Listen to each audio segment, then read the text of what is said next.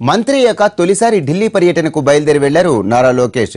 రేపు కేంద్ర మంత్రులు అరుణ్ జైట్లీ, సురేష్ ప్రభు, నరేంద్ర సింగ్ తోమర్లతో లోకేష్ భేటీ అవుతారు. వీరితో పాటు సెల్ ఫోన్ తయారీ పరిశ్రమల ప్రతినిధులతోనూ సమావేశం కానున్నారు.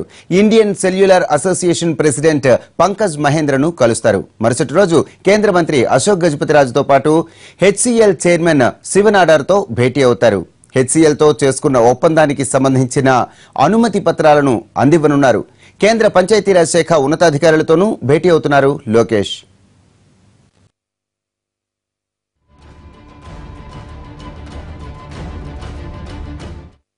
మంత్రి యొక్క తొలిసారి ఢిల్లీ పర్యటనకు బయలుదేరి వెళ్లారు నారా లోకేష్.